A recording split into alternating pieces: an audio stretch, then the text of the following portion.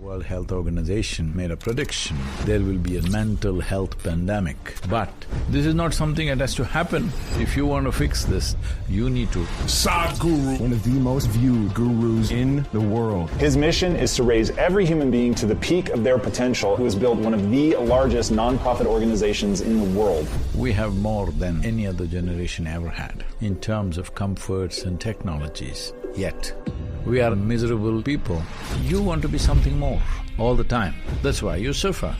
Just tell me, is there one thing that human beings are not suffering? Somebody is poor, they suffer their poverty. Somebody becomes rich, they suffer the taxes. If they're not married, they suffer, get married.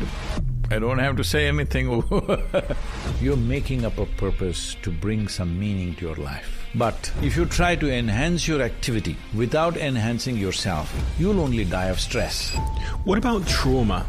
You're finding an excuse for the way you are, which you yourself don't like. If something unpleasant happened to you, you have two choices. Either you can become wise or you can become wounded. Your experience of life is determined by you. If your happiness depends on what happens on the outside, you being happy is a remote possibility.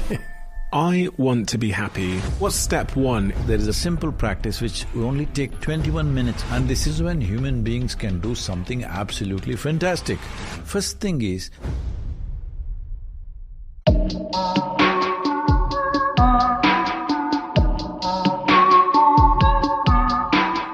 what is the mission that you're on? well, today, a few months ago, the WHO or the World Health Organization made a prediction that there is going to be a mental health pandemic. At least 5 years ago, none of us knew what is a pandemic. Today, we all know what is a pandemic. And they've gone further and they said the next stage is there will be a suicide pandemic. Just to put it in perspective, in 2020, when the pandemic was in full swing all over the world, in Japan, more people died of suicide than of the pandemic. So we don't really need the virus, that's all I'm saying. Because the virus has gotten into our head, because once survival is taken care of, if you do not become conscious, the way you sit, stand, breathe, think, emote and function within yourself, if it does not become conscious, you will naturally head downhill. This is just September 23rd, I completed 40 years of this work. So 40 years ago, I was a young man. One afternoon, when I had nothing much to do, somehow an hour and a half gap was there for me in the work. I was working like morning 5:30 in the morning to 11 in the night, building various kinds of businesses around me. So when I got a break, there's a small hill. This hill is a place where we go and for the youth. When I was a kid, I cycled up this hill, we camped on this hill, we partied on this hill. If we want to test our motorcycles, we went up the hill. Just about anything you want to do, the youth, go to Chamundi Hill. This is the thing. I just walked up and sat on a rock. My eyes were still open. I thought it's just 10, 15 or 20 minutes. Suddenly I started feeling every cell in my body literally dripping ecstasy. I thought this lasted 15, 20 minutes, but when I came back to my normal senses, 4.5 hours had passed. For the first time in my adult life, tears, me and tears were simply impossible. Tears to a point my shirt is all wet. Then I shake my skeptical mind and ask what the hell is happening to me. All I knew was I had hit a gold mine and there was no context. Nobody around me could tell me what was happening with me, nor did I know what was happening with me. This is something that most people will experience in their lives. On a certain day when they're very happy, 24 hours feels like 10 minutes. Another day when you're depressed, 10 minutes will feel like 24 hours. Time is a very relative experience. When you're so blissed out, what is 2 minutes, it's 8 hours, 10 hours, just gone like that. So in about 6 to 8 weeks, I came to some kind of stabilization within myself and started experimenting as to what is happening to me. Then I realized, if I keep a little distance from my physiological and psychological activity that's going on, if I just remove myself a little bit, then within a few seconds or within a couple of minutes, every cell in my body is bursting with ecstasy.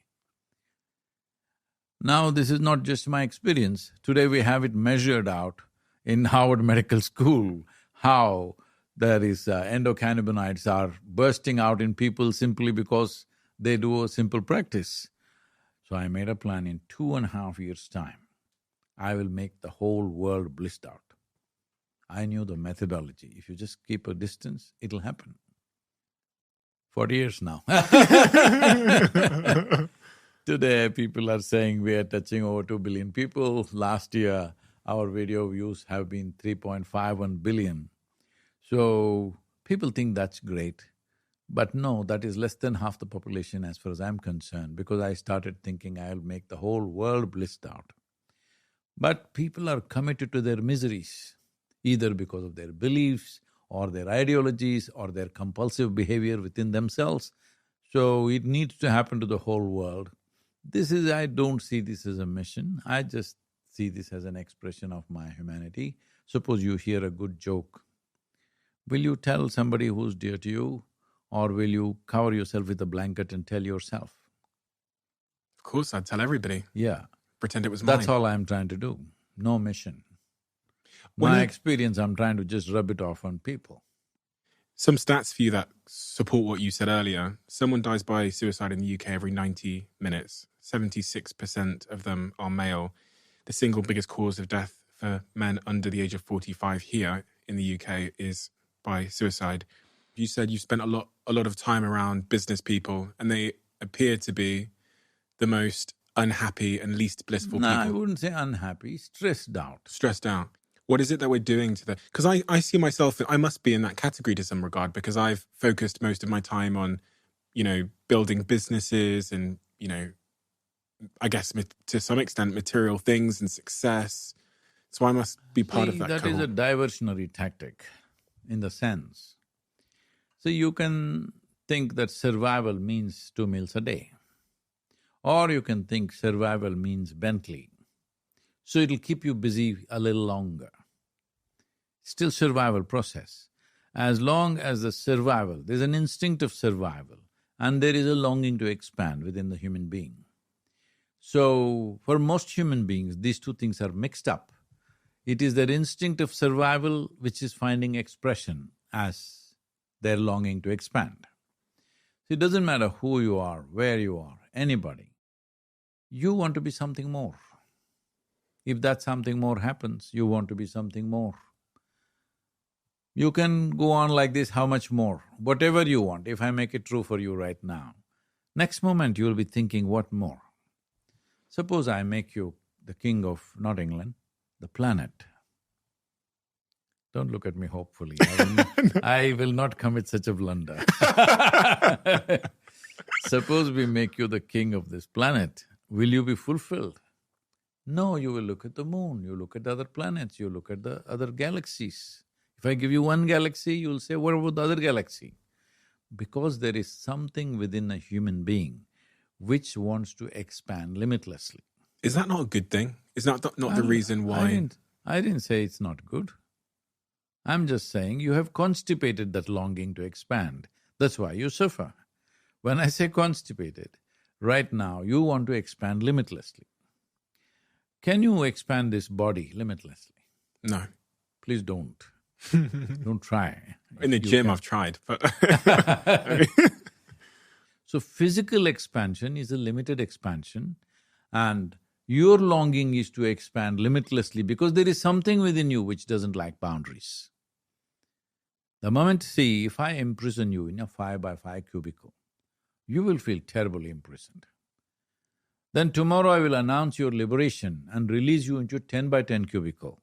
You will feel wonderful for 2 days. Then you will feel horribly imprisoned.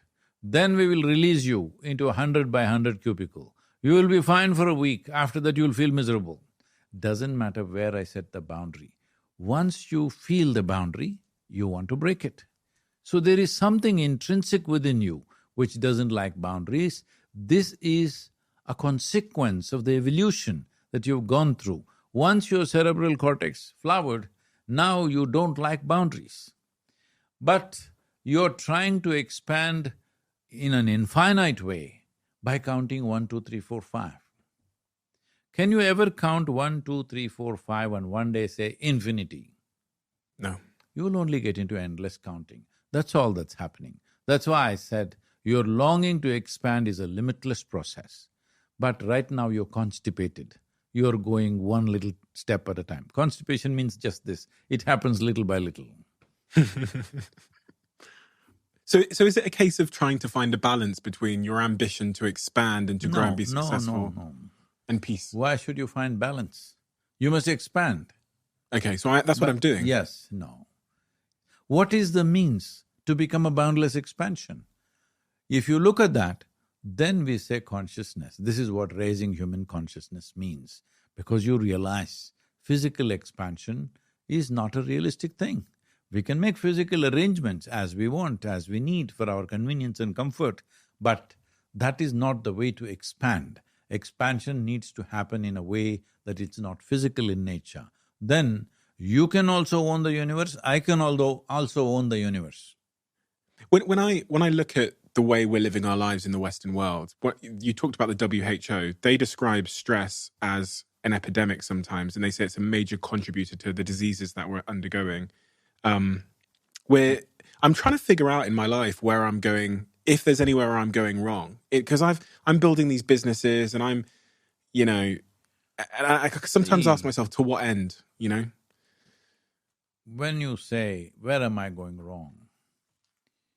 The wrong is this, the fundamental wrong is this. What is not you? If you think it's you, then you're trapped in that. If you think that I am this chair, because we sat on this chair for a period of time, if you think you're this chair, now this chair will go with you stuck to your backside wherever you go.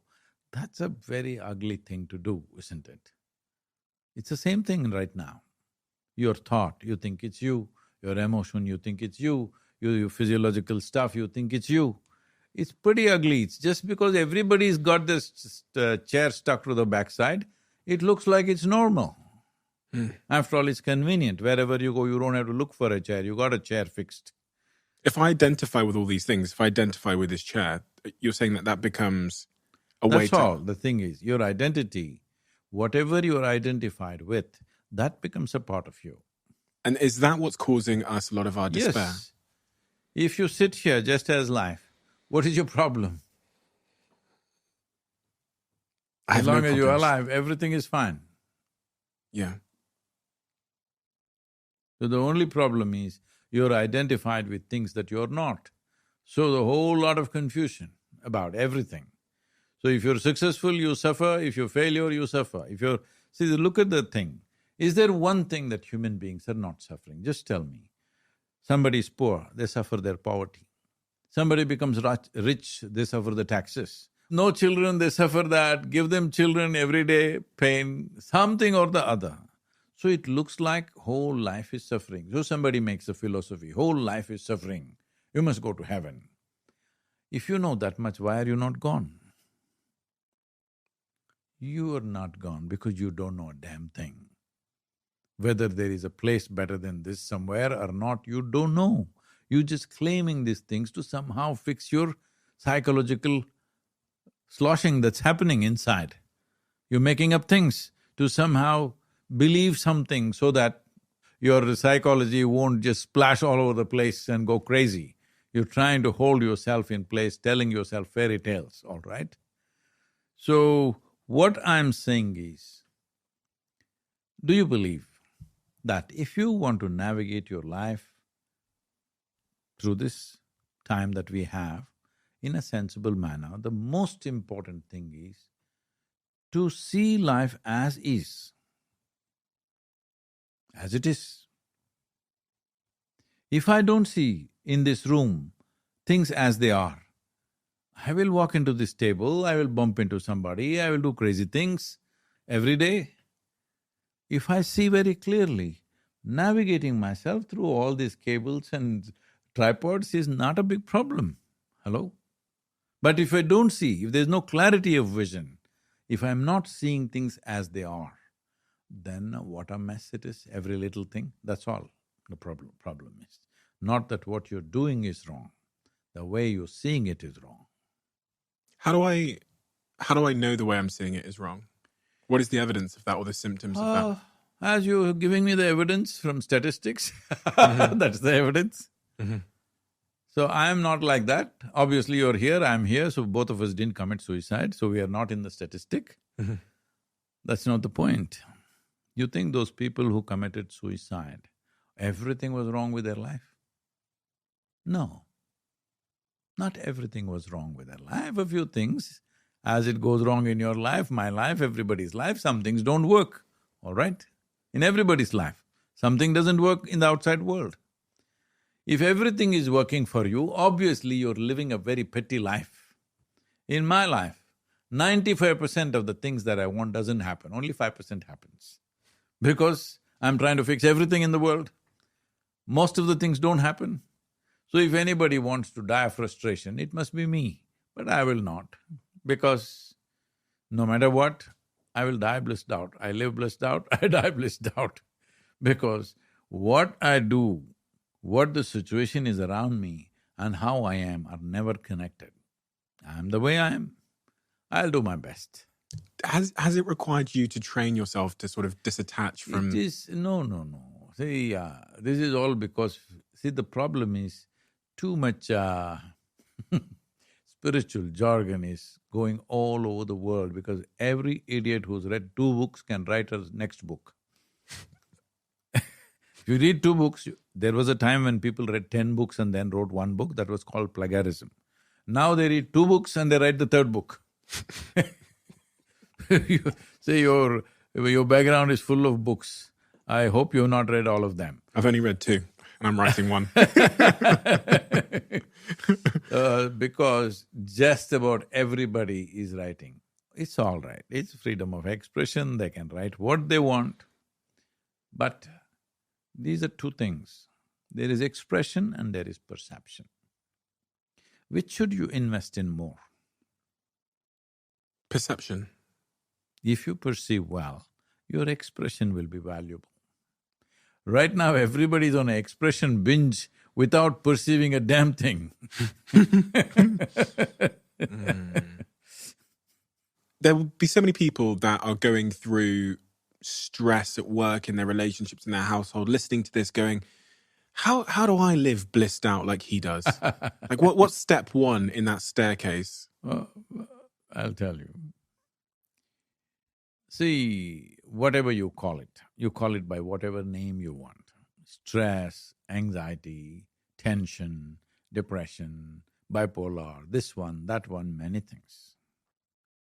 I was talking to some of the top psychiatrists in UK, and they told me there are 72 varieties of psychological ailments.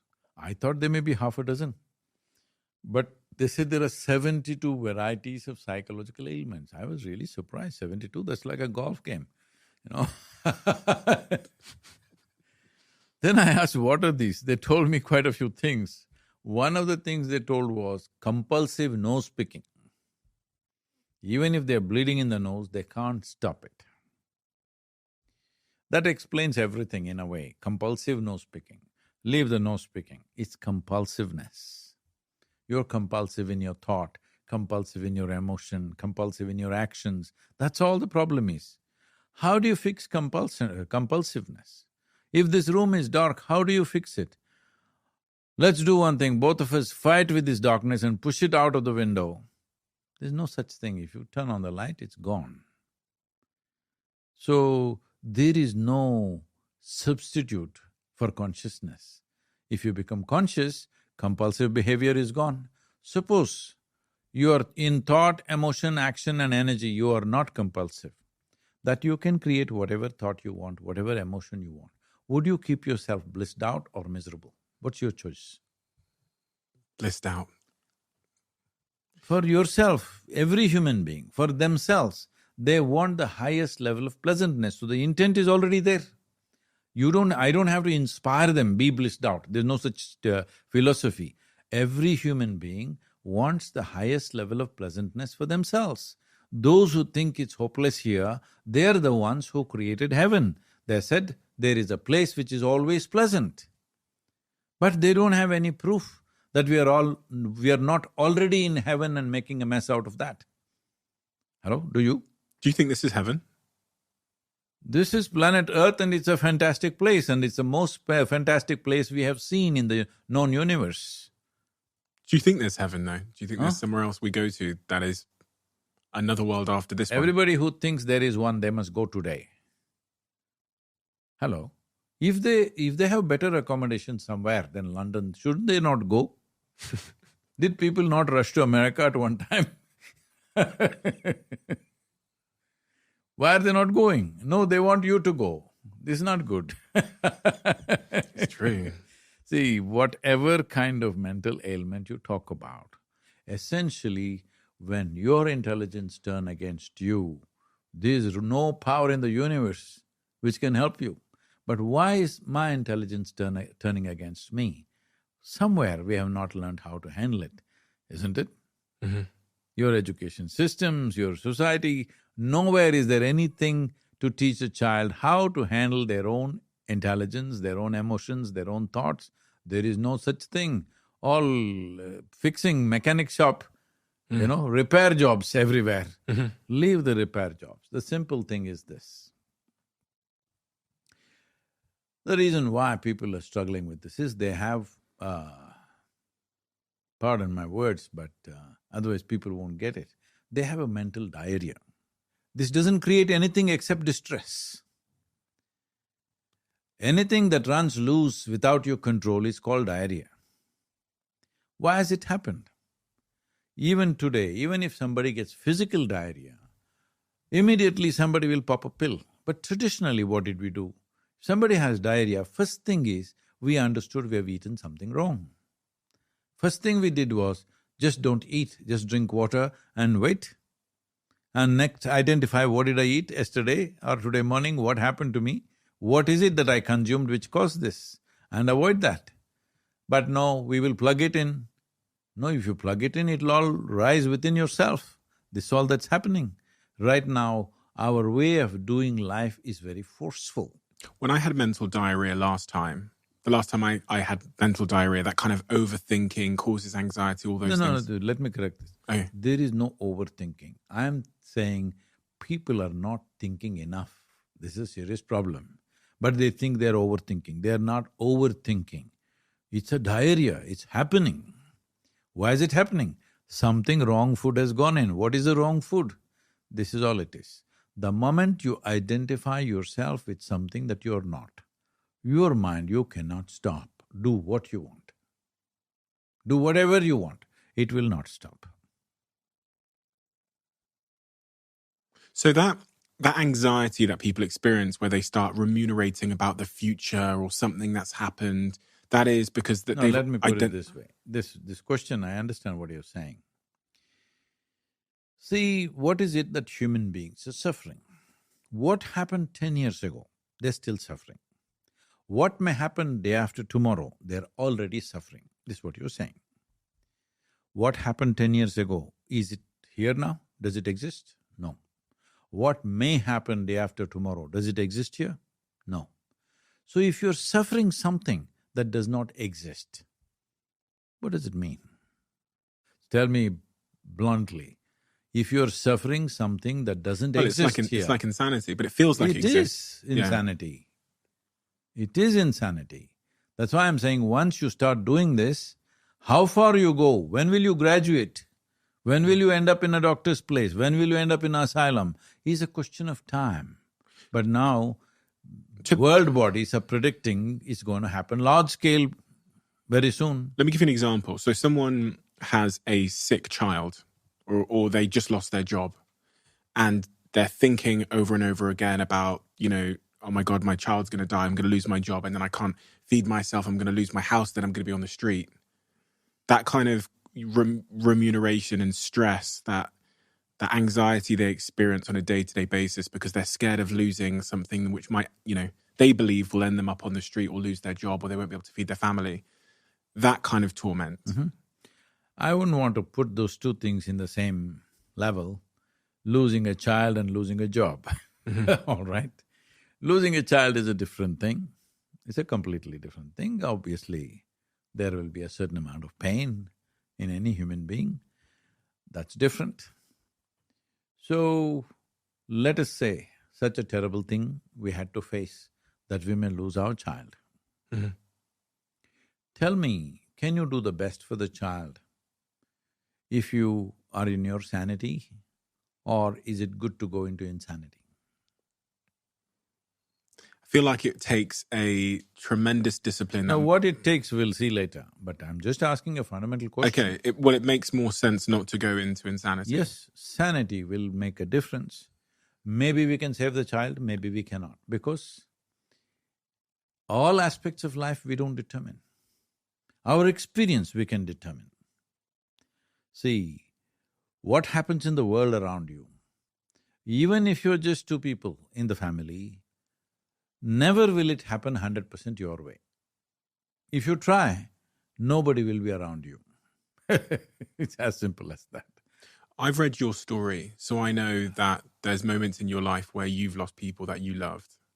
Lot of people, not one or two, because my family is so large, almost every other day I am burying somebody who's very dear to me. Which one of those moments impacted you the most, and did any of them drive you into the insanity that we're talking about? No, I don't let anything drive me into insanity. This is a brief amount of time that you have as life. Here we create many things. You're creating businesses, I have large movements where millions of people are involved, there are relationships. You cannot take these things lightly because other lives are involved. But you cannot prevent anybody from dying. You can attend to them. If something is going to happen to them, you can make attempts to save them, but you cannot prevent anybody from absolutely dying, including yourself. This is a fact. So the only two things that we have is a certain amount of time and a certain amount of energy. This is all that you call as life. What do you want to make out of it? You want to make a mess out of it. See, the thing is, first of all, they're living an emotionally constipated life. They only loved their child. I saw everybody as mine. Everything that happened hurts. But that's part of it. If you walk in a forest, there are thorns in your feet, but this doesn't mean you don't enjoy the forest, all right? Do you have moments of sadness?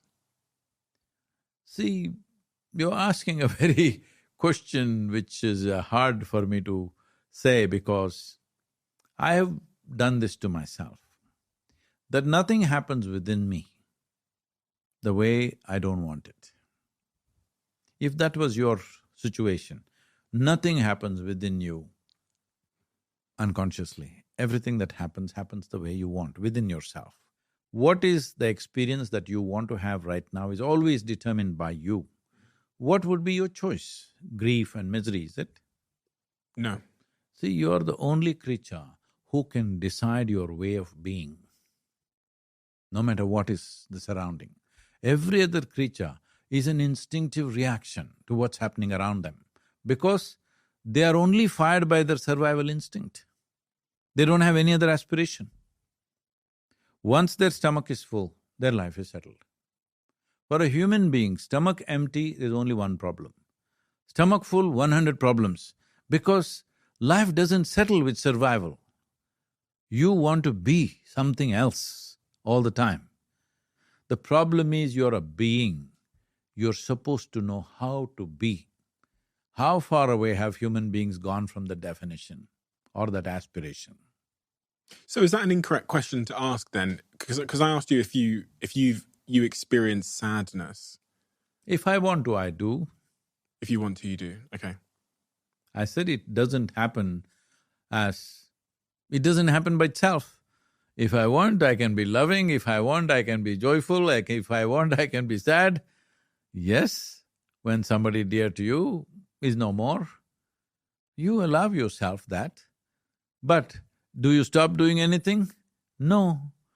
That sense of purpose you have, the most popular question that young people ask me is about passion and purpose. They've been indoctrinated by society to think that they have this one purpose, and their big issue is they can't seem to find it.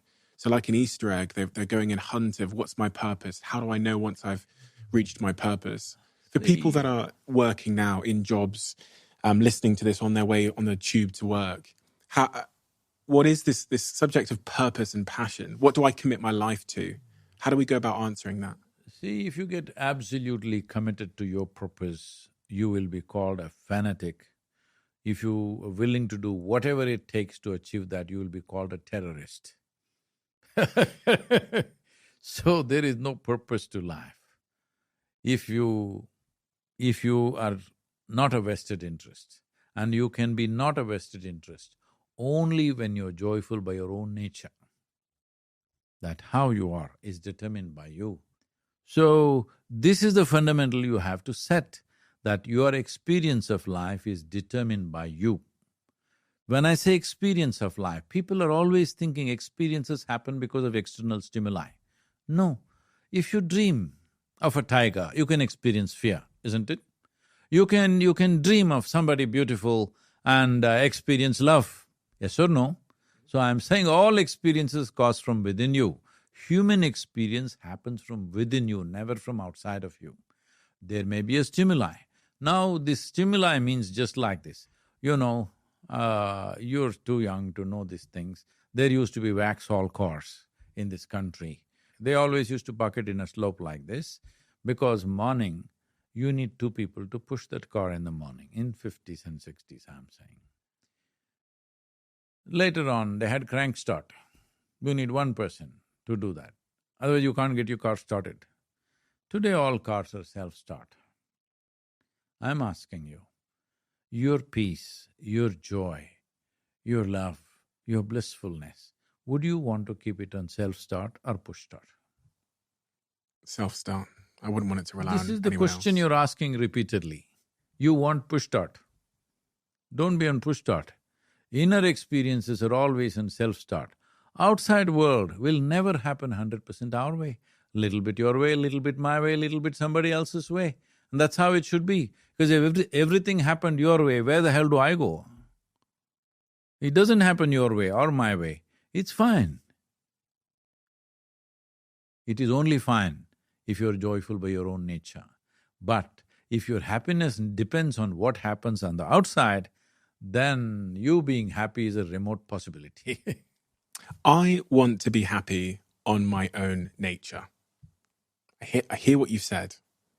However, I'm going to walk out of this room and, I don't know, something's going to annoy me. Maybe my words are even wrong, but then I'll immediately snap back into the sort of unconscious, I don't know, dismay or despair. How does one go about, like, the first step in becoming happy by our own nature? Do you think your life is worthwhile? Your life is worth investing about 32 hours of focused time upon it, your life. Yes. If you think so, you should do that. This is what the process that I've called it as inner engineering. 32 hours of focused time. Book is just a large brochure, you know because there is a practice involved. When I say a practice, a simple practice which only 21 minutes of practice. To teach this 21-minute practice, we take 32 hours of orientation, because without that it won't happen. You need to understand how the mechanism of your own thoughts, why are they hitting… See, if your hand is punching you in the face, why is it doing that? You need to understand. Otherwise, just holding it down is not the answer. This is the most sophisticated machine on the planet. Have you read the user's manual? The user's manual for my body? For yourself as a life. No, I didn't know there No. was one. So when do you want to do it? Towards the end of the life is when people think they should do it. It's like you got yourself your iPad.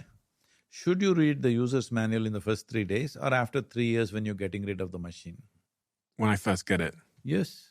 But nobody gives me the user's manual for myself. No, the thing is it's inbuilt, you have to just pay attention. How do I do that?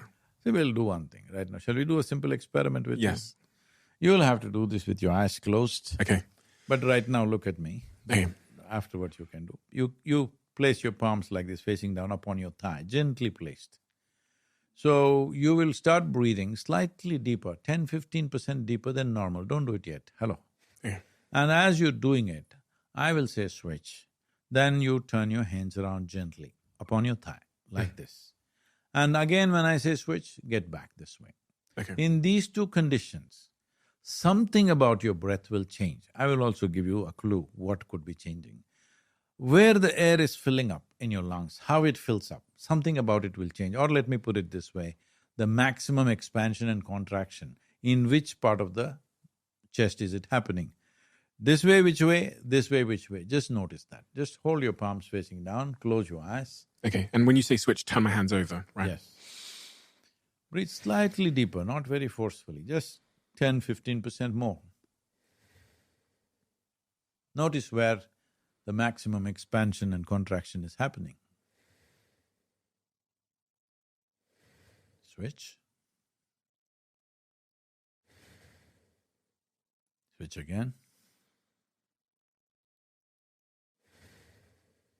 Please open your eyes. There's some difference? Yeah. What is it? In what part I feel, how I feel, No. or my breathing? Where is the maximum expansion and contraction when you're holding two different postures? I felt like my chest and my belly were expanding more when I was switching. I felt like I was just getting more air into my body. Let me tell you what's happening. You can experiment by yourself and see. When you have your hands facing together, facing down with all fingers together, maximum expansion contraction is happening in the lower lobe of the lung. Yeah. If you turn it around, it shifts to the middle lobe of the lung. A middle lobe being much larger, you feel more, but actually it's the shift. So I'm saying, just by turning your hands around like this, the very way you breathe is altering itself. It's not just the breath. The very way your life energies function is altering itself. How many times in a day unconsciously are you? Now you're setting your energies into turmoil and hoping to be peaceful.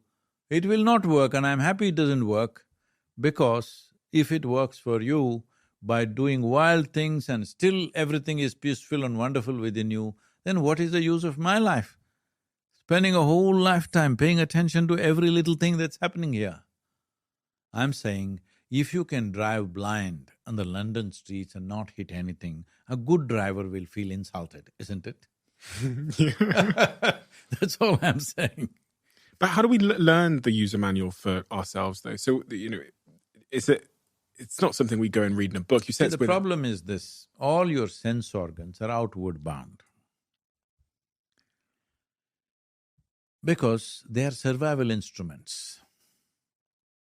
Your sense organs, your ability to see, hear, smell, taste and touch are essentially your survival instruments. Life cannot be enhanced by them. You can only survive better. If you see better than me, you can survive better than me. If you hear better than me, you can survive better than me. But this life will not feel enhanced by perceiving more through the five sense organs. And they're all outward bound. You can see me. Can you roll your eyeballs inward and scan yourself? No. You can hear that. So much happening in the body, can you hear that? No. So all your sense organs are only to perceive what's happening around you, not to perceive what's within you. So to perceive within you, you need to turn inward. That needs a little… because it's not survival. Something has to be done. You know how to write English language? Yeah. Yes. To learn that damn 26 alphabets, it took some effort, isn't it? Hello? Yeah, it did. It took some effort and it took some guidance, because anything that's beyond survival needs striving. That striving is missing in the society. There was a time where in the civilization that we refer to as Hindustan or Bharat, or today being the political country is being called as India, in this culture, 70% of the people were invested in inward well-being. Because of that, they became super enhanced. Because of that enhancement, they became so wealthy in everything, rich in mathematics, rich in astronomy, rich in business, rich in trade, rich in industry. It was the richest nation on the planet just 300 years ago.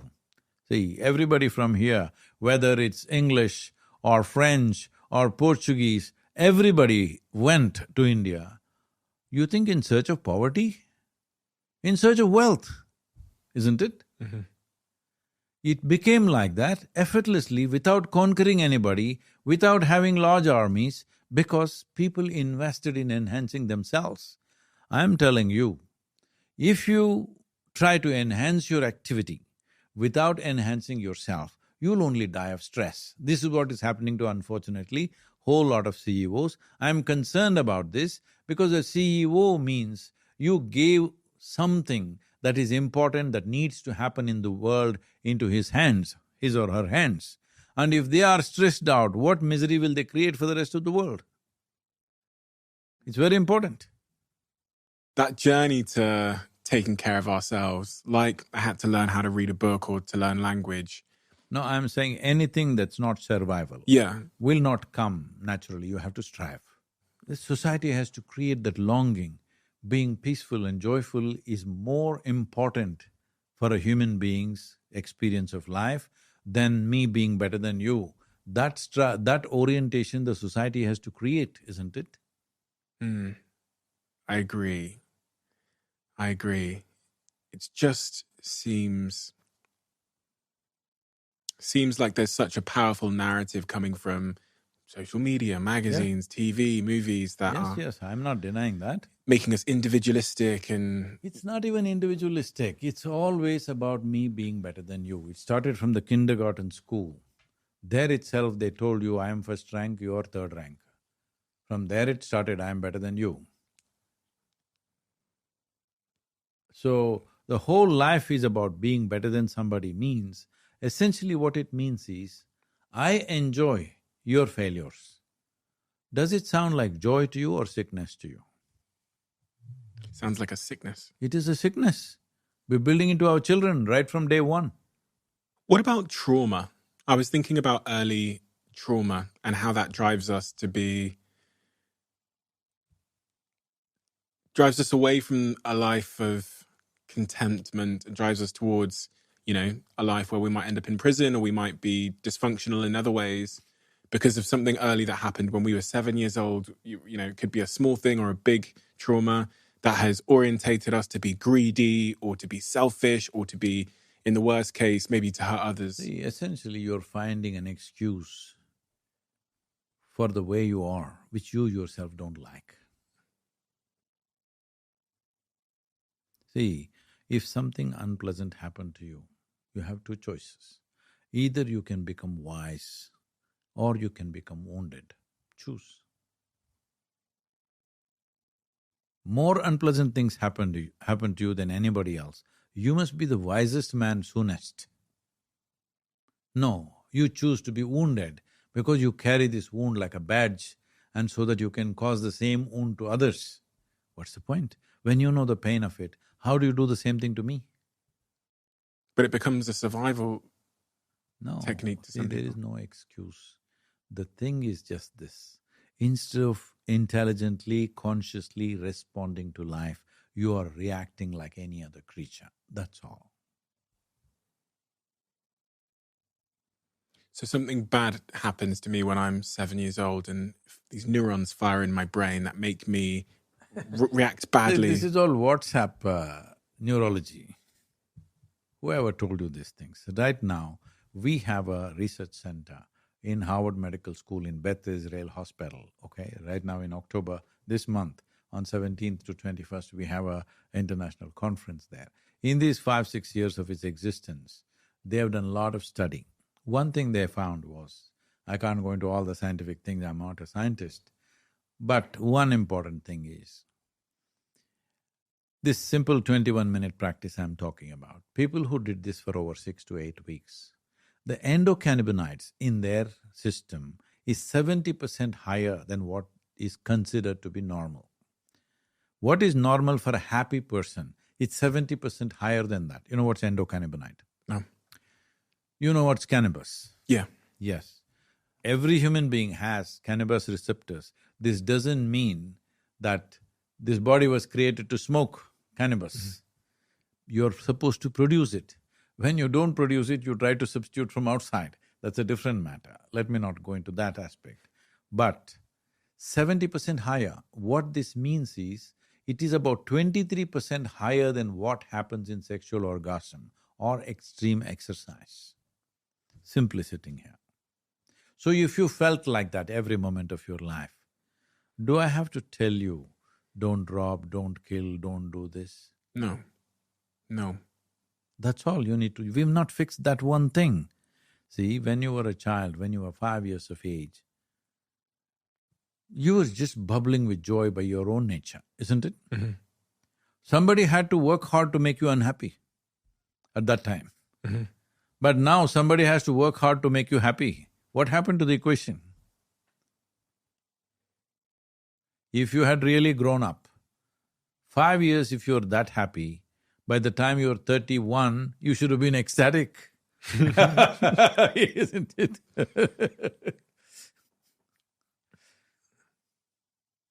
People typically do feel more miserable as they age. They feel more stressed and more stubborn and more bitter. No, they're carrying more baggage, that's all. You said something earlier about humans are the most intelligent species on Earth. Aren't we? You have a doubt about that? For now. Artificial intelligence. I wanted to ask you about this. No, artificial intelligence, we'll come to that. First establish this. Artificial intelligence is created by human beings, isn't it? Yes. Then how did it become more intelligent than me? Read more books? No. See, everything that's man-made here in this world came out of human intelligence. And it's still not a full expression of our intelligence. Still there are many, many more things we can do. You are thinking mind means, intelligence means just intellectual process. Because of that, you think the phone is smarter than you. Because it has better memory and it has better computing process. So all those who are on one-dimensional intelligence, which is intellect, which is a European problem if you ask me. You're exited, but still you're European, Mm-hmm. in culture. I know you Brexited, but so it's in Europe that suddenly human thought became very eulogized. Why it became like this is the dogmatic religious beliefs which did not allow people to think for themselves. If you thought anything other than what's written in the book, you're dead. They made this for few centuries, so suddenly when they broke away from that and started thinking for themselves, they suddenly thought this is liberation. And they eulogized human thought and we crafted the whole education system on the planet based on that. Today you're just using one dimension of your intelligence, which is intellect. Thought process is thought to be everything, where one of them went to the extent of saying, I think so, I exist. What are the other dimensions of human intellect? Will come. I'm asking you, do you exist because you think, or because you exist you think? Because I exist, I think. Yeah. You may think if you want, or you may not think. It's up to you. So because you exist, your existence is important. Your existence, is it because you're seeing me that you exist? Even if you close your eyes, you still exist, isn't it? Yeah. If you don't hear anything, you still exist. So your existence is fundamental. These are all activities of seeing, hearing, smelling, thinking, emoting. These are all activities of your existence, the life that you are. But we got it all upside down, and how do you expect it to work? Because another aspect is, if I ask you a simple question, would you want your intellect to be sharp or blunt? What's your answer? Sharp. Sharp. If I give you a sharp instrument, let's say we give you a very sharp knife, now you must be very conscious how you move your hand. If you're little la kind, la, if you do, intestines will come out. Yes or no? Yes. We don't give a knife to a child's hand only because of this, because his hand is not steady, not because knife is dangerous. Never in the history has it ever happened a knife jumped up and stabbed somebody. It never happened, believe me. I've been following the news. It is only the hand that wields it. It can cut a vegetable and make your meal, or It can do surgery and save somebody's life or stab somebody and take their life. All these things the hand can do, not the knife. So right now, your intellect is a sharp instrument. Once you have a sharp instrument, you must know how to hold it. This is simply not there. Everybody's cutting themselves up and they think something is wrong with life. You can call this stress, anxiety, misery, whatever you want. Essentially, you have a sharp instrument and you're unconscious, so you're cutting yourself up.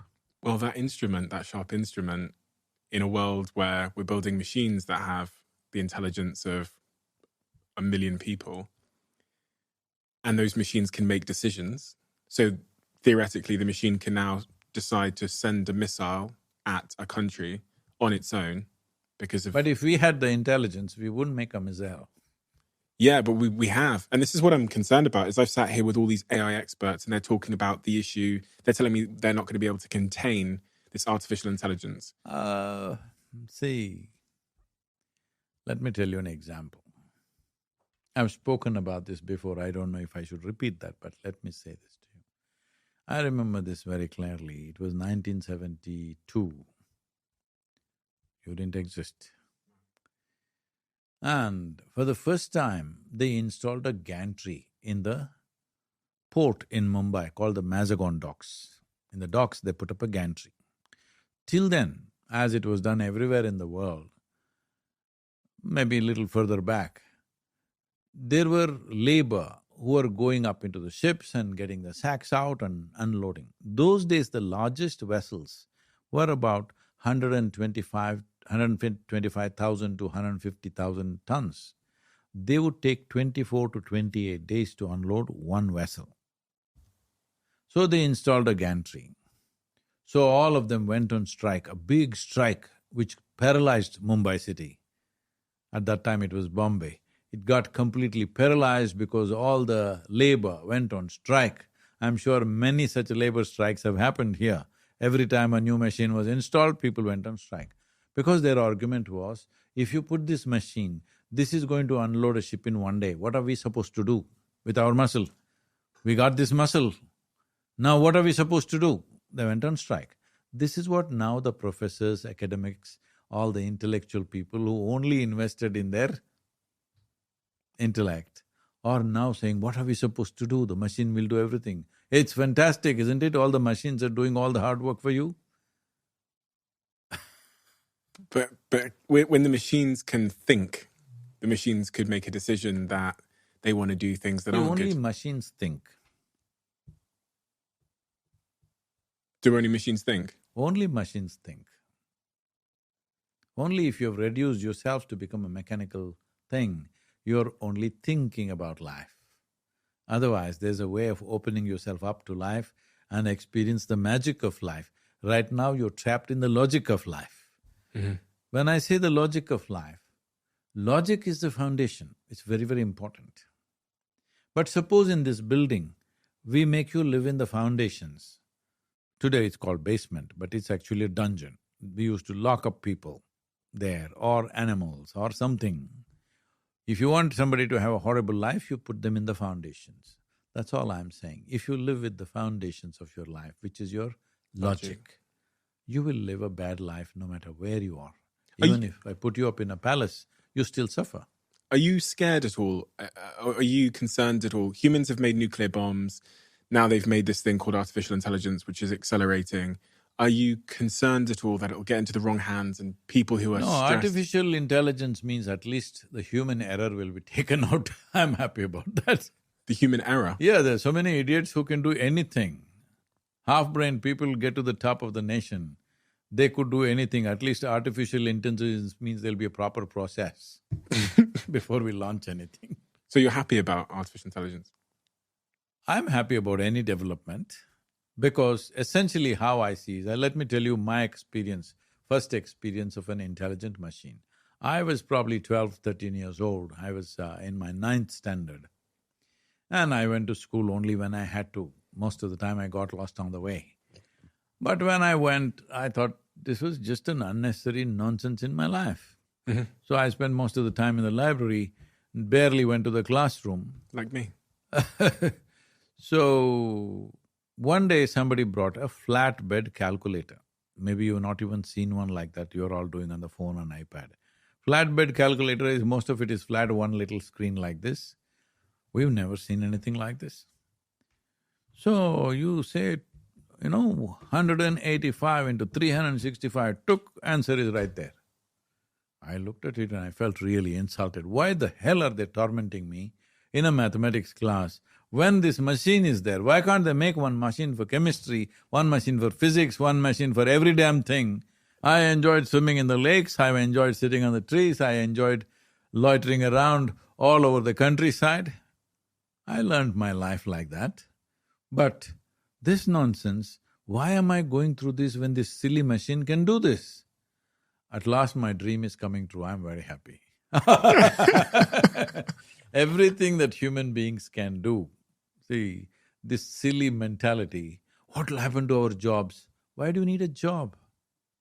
All you need is food to survive. Suppose everybody on the planet is fed. I know those guys, idiots, will become drunkards and drug addicts, that's a different matter.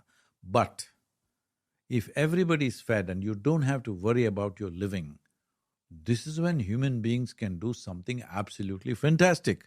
Right now, they're spending their life just to earn a living. When will they make a life out of themselves?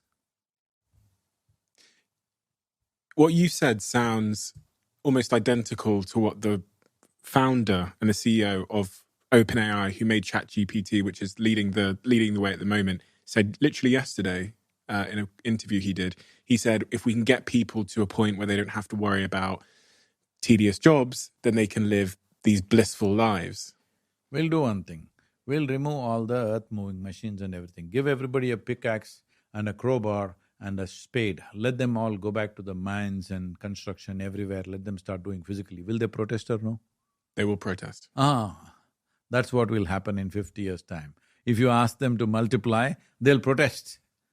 That's what I said the first moment I saw the calculator. I said, what is this nonsense? Why am I doing all this when I can do tuk here? The counter-argument to that is that people need a sense of purpose, that is something what. to strive for. You need a false purpose to live because you have not even made an attempt to understand what this life is about, what its potential is about. You need a false purpose. You go and dig in the mine and it's your purpose. And then you produce two children. Putting bread on the table is a big purpose to your life. Silliest way to live for a human being. That's how most people live. Unfortunately, that's the kind of world we have created. And the world that if you could wave a wand now and create a different world, which I know you're trying to do. In fact, you're building a city in America, right? You're part of a project. Mm-hmm. This is why I find it so fascinating, because I look at the way we've designed society and it's so stubborn in the way we've designed it. I often wonder if we're going to have to go back to a blank canvas and redesign it again from the ground up. That's never going to happen. Where is a blank canvas? How do you create a blank canvas? That's never going to happen. The desert somewhere? You have to slowly see. The thing is, this happened. Can I tell you a joke? Please. One day a cardiologist, a famous cardiologist, a doctor, went because he was driving an Aston Martin and it gives trouble, He went to the garage and the mechanic said, yes, doctor, leave the car here, evening I'll have it ready. The doctor took the taxi and went to the hospital and came back in the evening. The mechanic had not even touched it. Then I said, hey, why is it not ready? Oh, no, doc, that. Tomorrow morning I'll have it ready. Tomorrow morning he came, car was not ready. I said, hey, what are you trying to do? Why is it that you're not doing?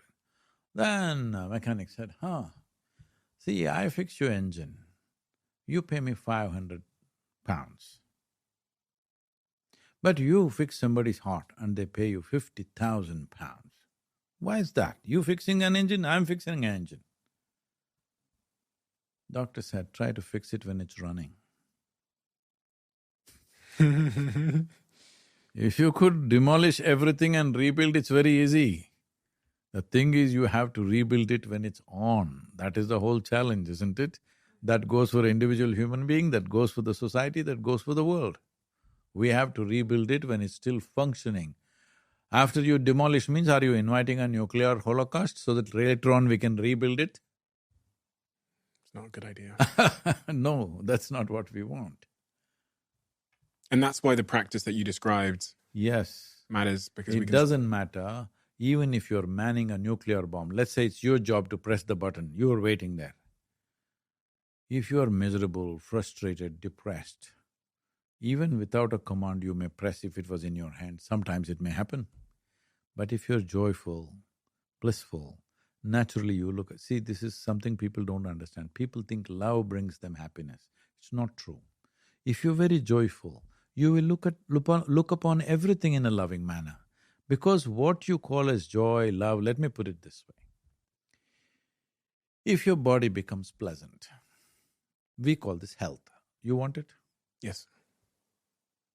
If it becomes very pleasant, we call it pleasure. You want it? Yes. If your mind becomes pleasant, we call this peace. You want it? Yes. Only to create pleasantness in your surroundings do you need the cooperation of various people and many forces around you. But to create pleasantness in your body, mind, emotion and energy is 100% your business. If you were the only person on this planet, would you know whether you're good or bad?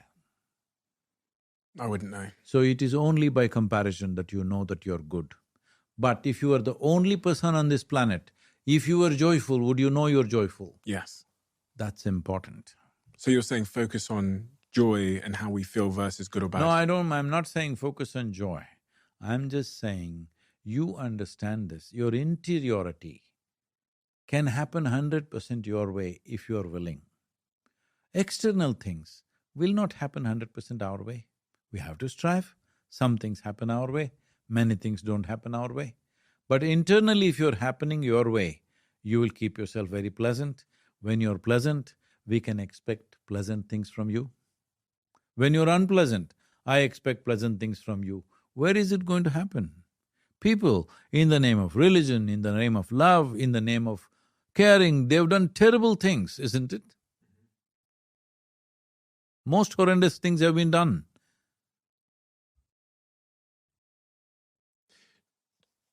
A question I've often asked myself is, you talked about like fake purpose a second ago. How do I know if because when you interview people and you say like, what's your purpose or what's your mission? They'll sit here and they'll give me lots of things, right? Some of them might be, oh, I want to help people. I'm just fooling around. I have no mission. No, not you. I'm saying you ask a kid on the street, what's your mission? Younger kids these days will say they want to save the world, or they want to be a public speaker, or they want to be a YouTuber. Do you view those as fake ambitions from confused people? See, I did not say fake ambitions.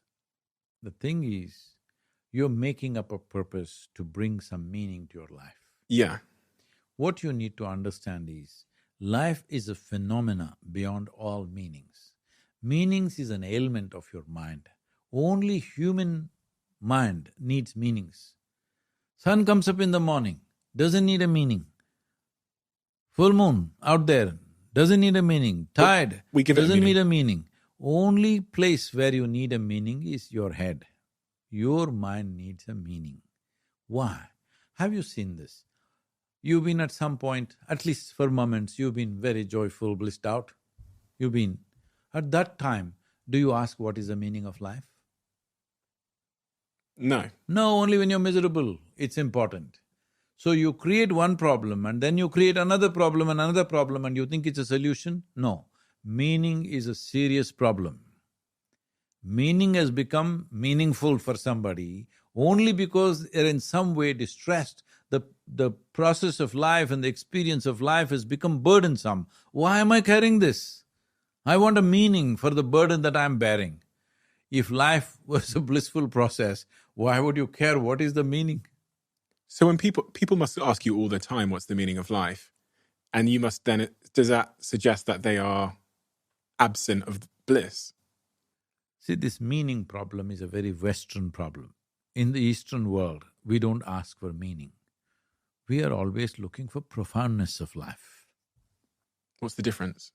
The difference is digging deeper into yourself and creating something around your head are two different things. Meaning is looking outside for a reason. Outside or inside doesn't matter, but you're trying to build a psychological solution to an existential reality. And you have to accept that existential reality. The existential reality is you don't know where the hell you came from. And I don't know where I'm going. And you don't know where you're going. You're just here for a brief amount of time and you think you're the center of the world. That means you must be very religious, because it's the religious people who went on propagating that this planet is the center of the universe. Though in India, for over 6,000 years, people have known planet is round and it goes around the sun. Clearly, there are drawings and there are books, there are documents which clearly say that. But people who are following dogmatic religious processes, they propagated that this is the center of the universe. Now, will they say we said what is wrong and apologize for that? No, because when I think I am the center of the universe, I will be doing so many idiotic things. You must apologize if you are the one who taught me that nonsense. So life doesn't have a Let me birth tell you, given meaning. this happened.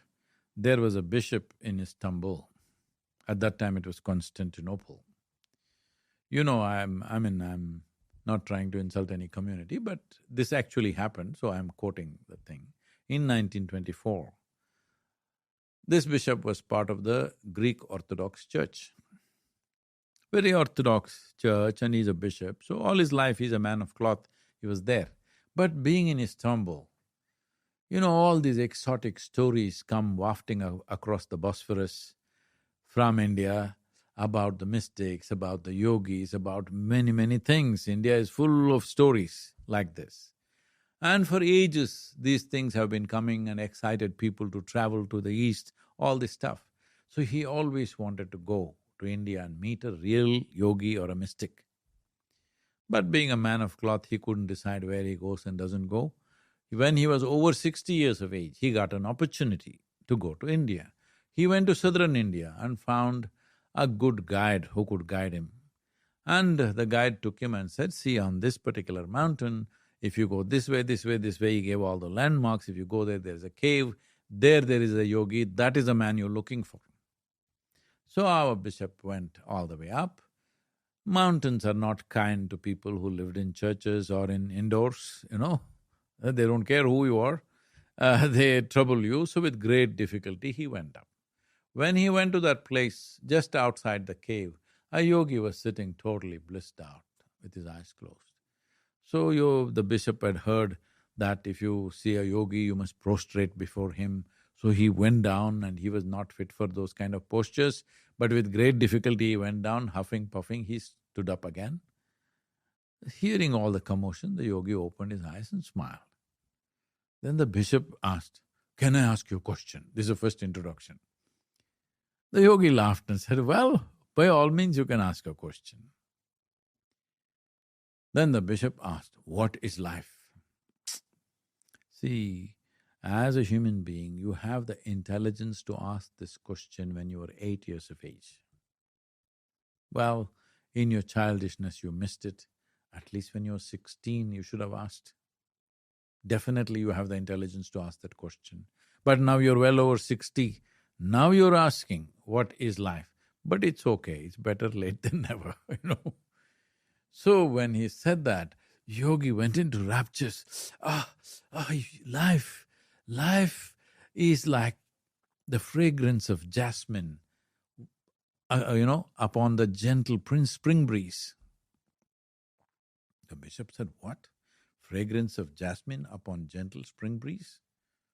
My teacher told me, life is like a thorn. Once it gets into you, if you sit it hurts, if you stand it hurts, if you lie down it hurts. And you are saying it is like the fragrance of jasmine upon gentle spring breeze. Then the yogi laughed and said, well, that's his life. You must understand, your experience of life is determined by you. It's your choice.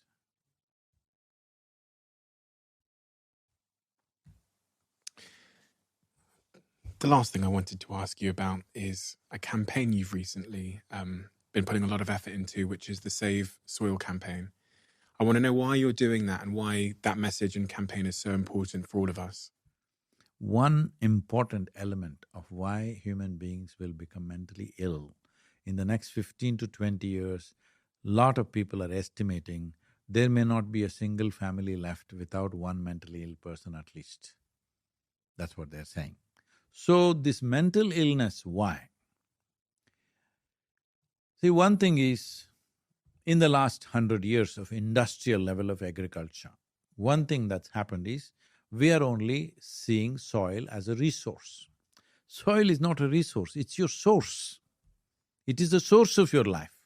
It is the largest living substance or system on the planet.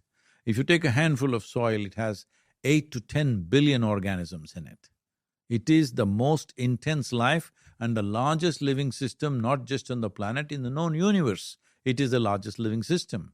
But still, over 80% of the nations are treating soil as a resource, which they think they can fix it by adding a chemical or take away a chemical. Let me come to this very quickly. What is the problem? See, if today all the insects disappear from this planet, in another 2.5 to 4 years, all life on this planet, including you and me and plant life, everything will be gone. Insects go away. If all the worms go away today, in the next 1.5 to 2 years or 2.5 years, all life on this planet will be extinct. If all the microbes go away, both of us disappear within the next few seconds. This is the reality.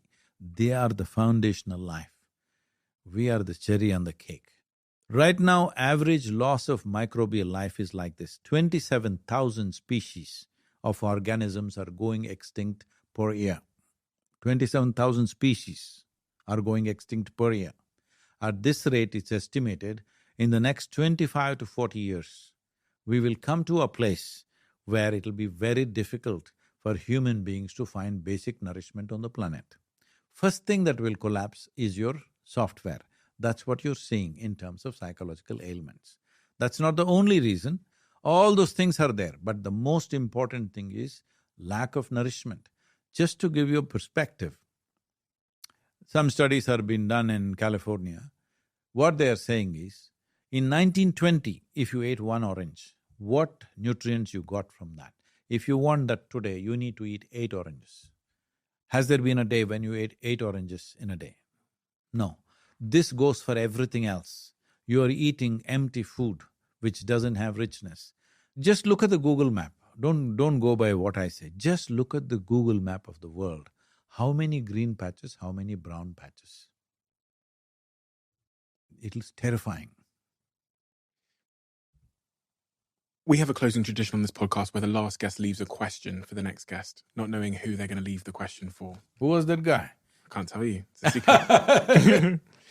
That question to you, not knowing who it was for, they didn't know it was for you, is what in your heart of hearts matters to you? I have only one heart, that also I gave away a long time ago. Heart of hearts.